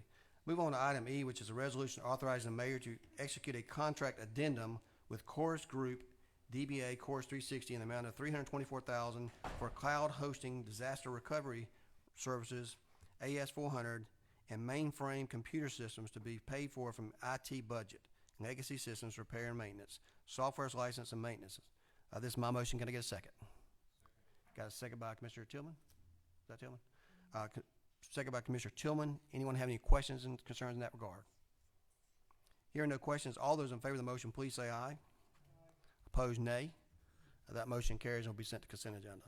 Item F is a resolution authorizing the mayor to execute a change order to contract C180091 with governmentaljobs.com, NeoGov, in the amount of $27,032.09 for a subscription for new hire onboarding software to be added to the human resource software suite to be paid for human resources budget, repairs and maintenance, software license maintenance line item. That's my motion. Can I get a second? Got a second by Commissioner Bronson. Any question regarding that item? Hearing no questions, all those in favor of the motion, please say aye. Opposed, nay. Our last item, we're gonna hold off until the end of the agenda with our other item proposed by Commissioner Watkins. But this time, there is a need to go into executive session. So I entertain a motion to go into executive session for consultation with the county attorney, other legal counsel to discuss pending or potential litigation, settlement claims, administrative procedures, and all others allowed by law. That is my motion. Can I get a second? We have a motion and a second. All those in favor of the motion, please say aye. Motion opposed? We are now in executive session. Thank you.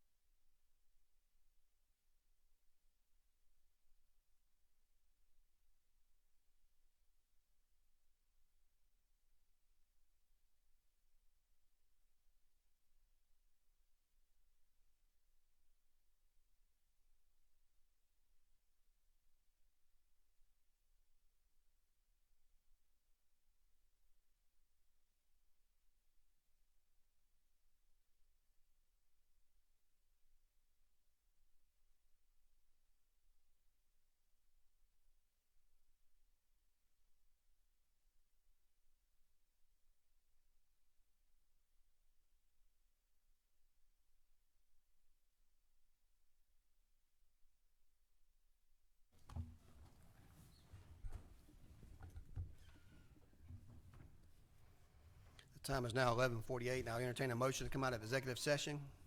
Got a motion by Commissioner Bronson, second by Commissioner Wynn. Any discussion? Hearing no discussion, all those in favor of coming out of executive session, please say aye. Opposed, nay. That motion carries. We're now out of executive session. We're going back into our regular agenda items, which includes item 7G, under contract implementation for renewal. G specifically is a resolution requesting and authorizing the Urban Development Authority to issue revenue bonds not to exceed $40 million and to be reimbursed by the proceeds of said revenue bonds for certain expenses related to capital expenditures of the county, approving the form of intergovernmental agency agreement, and approving the engagement of certain professionals. That's my motion. Got to get a second. Second by Mayor Pro Tem Clark. We do have Attorney Adams here, as well as our Director of Urban Development Authority, Alex Morrison, here as well. We have a motion and a second. Commissioner Tillman. Yes, sir, Mr. Mayor. I appreciate this opportunity to speak on this very important project that's taking place over concerning the mall. I think we want to make sure that I don't know what's the requirement that we have community buy-in, but I think at some point the community needs to know that their input is going to be very important. So I don't know if something's going to be required before the end of the year that we have a community meeting and or discussion to make sure the community is included in this, or if that's even required. Thank you. Thank you, Commissioner Tillman. Commissioner Watkins? Yes. So thank you for the information in the closed setting. I think many of the commission, so while we were in that, I got this amendment that I would like to make. Totally support us developing the mall, but it was interested in being intentional and us trying to deal with blight in the surrounding area. So the goal of the amendment was to increase the amount that we're funding and expand the footprint of the project to include the residential areas and deal with the blight in an intentful and direct place. While in the closed session, I got explicitly told, and I think that was probably like the reason we was in there, to make sure that folks understood, that I understood that this document can't be amended in the way that I was asking, and to make a separate document. So I'll be doing that at the next meeting to address the blight in the area. Thank you. Thank you, Mr. Watkins. We do have a motion and a second. Commissioner Lucas? I think on something that's important, that all commissioners need to be signed on as sponsors, unless someone has an objection. And there are one or two others that I think we all need to be signed on for history, because this will be read years from now, and this will tell people that the entire commission supported this particular move for the community. So unless anybody has some objections, I certainly would like to be added as a sponsor of this. Thank you, Commissioner Lucas, for that offer, and anyone who wishes to be a co-sponsor on this action, they certainly can let Ms. Ross know. She'll be happy to add that to the equation. Any additional questions? Hearing no questions, all those in favor of the motion, please say aye. Opposed, nay. That motion carries unanimously. Be sent to consent agenda. I want to move back to our earlier item that Commissioner Watkins had asked to be added to this agenda. I'm not sure if they have this yet. They do not. Okay.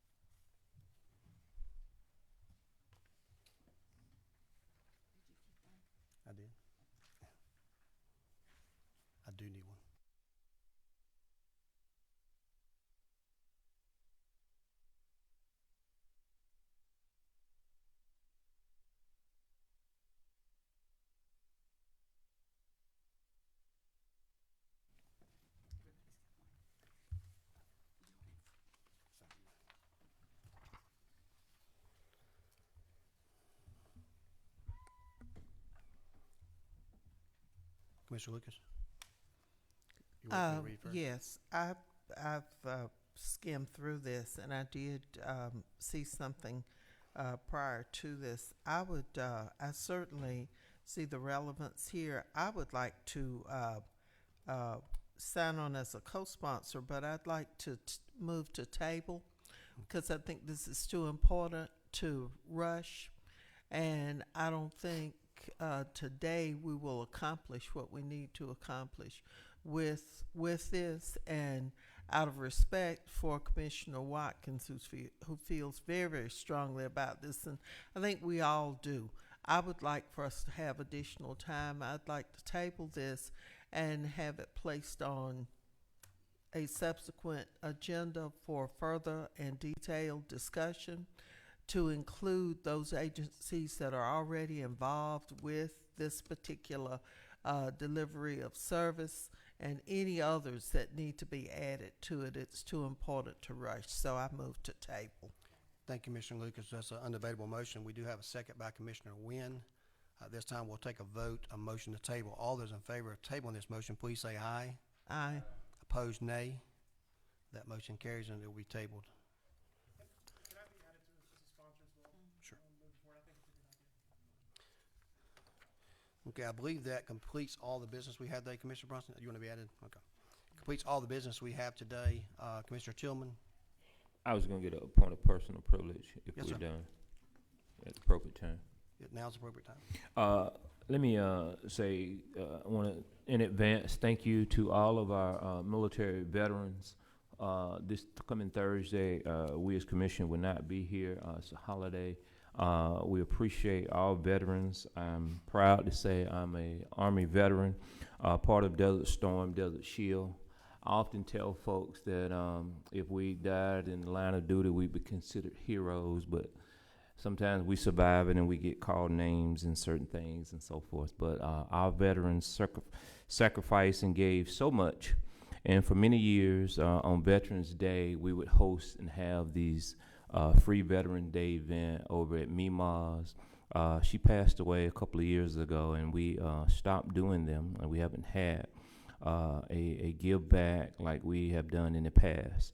There are many agencies and entities and restaurants that will be paying tribute and homage to the many men and women that have are still veterans and still survivors today. So please take advantage of that. But just know that we love, respect you, and that you did not serve in vain. And I just want to say that to all of our Macon-Bibb veterans. I try to get with the HR department in advance every year and let them know that if you're a veteran in the United States military, you're paying for services and benefits that you don't have to. As a veteran, the military will take care of you and take care of your veterans, and I try to get that information to HR well in advance because so many folks are paying out of pocket for a double service that the military and the veteran services will take care of its military veterans. And I'm hoping next year that the county manager and the mayor will make sure that folks know that well in advance because so many folks are paying out of pocket. And this country now really, truly takes care of its veterans. So thank you and happy Veterans Day on this Thursday, November 11th. Pro Tem Clark? Yeah, I didn't want us to leave today without sharing condolences to the family and friends of the late Senator Max Cleland. He passed away this morning. He was a state senator. He was a VA administrator. He was our Secretary of State, our senator, and the director of the American Battlefields Monument Commission. And I had the good pleasure of getting to know Senator Cleland through my work in oral history interviews, and he was a very fine man, and I just wanted to read this quote from his Atlanta Journal-Constitution obituary that his good friend Jim Galloway picked that I think exemplifies his career. My body, my soul, my spirit, and my belief in life itself was stolen from me by the disaster of the Vietnam War. I found solace in attempting to turn my pain into someone else's gain by immersing myself in public service. Thank you, Senator Cleland. Thank you. Commissioner Lucas? Thank you. I hate to follow those two, very fine comments with something that's a little troubling, and that is the redistricting that's taking place. And we know that the state folks are doing this, but it would be wise if we, as a commission, take a look at the maps. Those maps do a disservice, especially in our legislative delegation. The maps are doing a disservice and placing in danger one of our, who happens to be someone who's near and dear to me, Senator Lucas. But not only is he near and dear and valued by me, but also this community. We get a lot of things coming our way because of his work and because of the 45 years that he served us. He knows how to get things done, and I think a lot of people can attest to that. But if you would take a look at the maps, look at the current maps, they're online, and you can pull up the current map and look at the change, the new proposed map. Also, the hearings are broadcast live, so you can go on to the state of Georgia and go to the Senate. I listened last week to the Senate hearings, and then you can also listen to the House hearings. But it's something that concerns us. Also, I wanted to ask us if there it has been maps that have been redrawn for Macon-Bibb commissioners. Have those already been done? Not my understanding. My understanding is the special session was strictly for the state offices, and that they would not revisit any consideration for local government offices until their regular term in January. Okay, who will make those changes though? In the past, it was the city council then, but the council has formed a committee of interested commissioners or those who had some experience with the redrawing of the lines and the equalization of the different districts. And those folks met with the regional commission, and they really have the technology to draw the lines where basically you're making contiguous areas. And we know that we've got a lot of problems with our lines. District 3 is ridiculous. All of you have seen there is no sense in District 3 going from northeast Macon all around through the swamp, taking in both airports and then taking in a sizable part of South Bibb. It makes no sense at all, and I know that's one that needs to have some work done.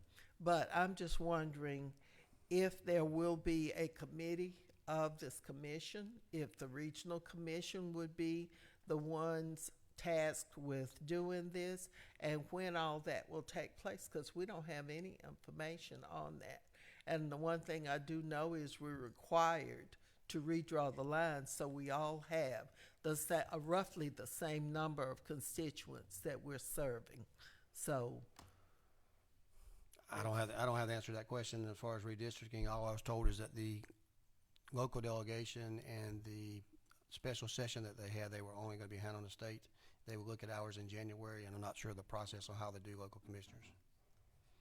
So I'm not sure how they did in the past. I know Middle Georgia Regional Commission, there has been some conversation there on work that they had done I previously. wish we could at least start looking, or maybe form. There's nothing that prohibits us from having our own committee which could look at the configuration of our districts. Some of us won't be serving in these new districts, but we all have a responsibility to make sure that these districts represent our population, represent areas of interest. We've got apartment complexes that are split down the middle. I know in District 3 and 2, we've got an apartment complex that's split down the middle. Half of it's in my district and half is in District 2. We've even had lawsuits based on that being so jacked up. So if we could come come up with something where we anticipate what changes or make recommendations to the legislative delegation on at least the districts where we see that there are problems. I think that might be beneficial, although I know they don't have to go along with us, but I think it will make a difference if we state that we have found there's some things that we want to recommend. I think that's something that I'll discuss with them once we've got as soon as this term is over, a special session, we'll have a local legislative session with them, as we do for all departments, and that's something I'll talk with them about. And I'll follow back up with Laura Mathis over at Middle Georgia Regional, and then we can discuss it as commission. Commissioner Tillman? I just want to follow up with that. I think I've been talking to Laura Mathis about that as well. I think that we should have the Mayor Pro Tem take the lead and reach out to Laura Mathis and see, can we go ahead and set up a committee of folks in our community, the local elected officials, to be a part of that process, and not necessarily wait for the local delegation, because they're going to be fighting right now as far as how they're going to do their lines. I think that's important. And then I'm also going to remind Commissioner Lucas, I've heard her say that before about those lines, but she won her race by a substantial number recently in previous years, and she keeps saying that, and I keep telling her she had more votes in the last competition than she's had in previous years, so I disagree that her lines are screwed up. She's term limited too. Duly noted. I'll make a couple of comments real briefly before we leave. I want to thank everyone that had the opportunity to participate in the Veterans Day events that we had, in particular the Blossoms and Bacon event. We had a huge turnout, something we certainly can build upon for the Veterans Day parade. I never saw so much enthusiasm from our local residents as I did riding through that parade and thanking our men and women who have fought and gave it all for our country, and those that are still serving. So I appreciate them putting on such a great event, followed by all the event that took place with the food and fellowship and music down at Luther Williams. A great turnout, and the flyover. I always appreciate the flyover that we had, and I think it says a lot to have those kind of connections to do that. I'm looking forward to building on that this next year. I know that the Macon Mayhem and their staff have several events going on this week with some colleges playing and honoring our veterans here, of events that we're hosting for a change in Macon-Bibb County, and there are several that are scheduled on Thursday this week as well for honoring our veterans. So thank you for all your part, and particularly the gentlemen we have on here that have served our country. I appreciate your support, and but for you and what you do for our country wouldn't enable me to say the things that I say here in public today, so I appreciate that on a personal note. The other thing I want to say, and I'd be remiss if I didn't make some comment about it, is last Tuesday, after we all left here, not only did the Atlanta Braves win a World Series championship, but Macon-Bibb County won as well. We really hit it out of the park. 80.5% to me says a lot. And I don't care about anyone, these naysayers who claim that people didn't come out to vote. We had almost 11,000 people vote, which is probably more than they had voting for mayor in Warner Robins on a mayor election on our OLAS vote. But also we had more people than we've ever had on an ESPLAS or OLAS or other these lost before come out to vote. So say what you want to about that, but it passed 80.5 to 19.5. I'll also tell you that my review of the precinct by precinct is that it passed in every single precinct in Macon. So this was not dominated by any particular area, but it was truly something that the whole community that came out to vote voted for. Every single area voted yes on there, and I think it's something that we all can be proud of being on the same page, and as much as we can with our local delegation for putting the opportunity out there. And at least if they didn't support it, they didn't advocate against it, and I said that says a lot for them as well. We don't want to get involved in state and national politics. At least I don't want to get involved in that if it hurts our community. Therefore, I appreciate all the good work that they did and our local delegation did to make sure that they gave our community the opportunity to vote it yes or no, and they overwhelmingly supported that. We look forward to following the guides and the guidelines and the law, and I think I can speak for our entire commission that we will follow those guidelines, and we would do what we said we were going to do with the money that we are collecting there, and that's prescribed by law. And we are presently speaking with the state departments on that collection process and navigating all the things that we'll do. And certainly we'll have more conversations as it gets closer to our budget next year, although we're not prescribed by law to have a rollback until 2023. So I don't want to discuss that. I just want to pat everyone on the back. I want to personally thank each and every one of you for advocating together as a united front and making sure that fourth time was a charm. So that's all we have in this meeting today. I look forward to our time together next Tuesday night at our meeting. Keep in mind we will likely not have a meeting the following week, which is Thanksgiving week, and then the following week is a 5th week. But we'll talk to you about plans for December, about having a couple of pre-commissions to make sure we get all of our work in by the end of the year. So if no other business brings us before today, this meeting is hereby adjourned.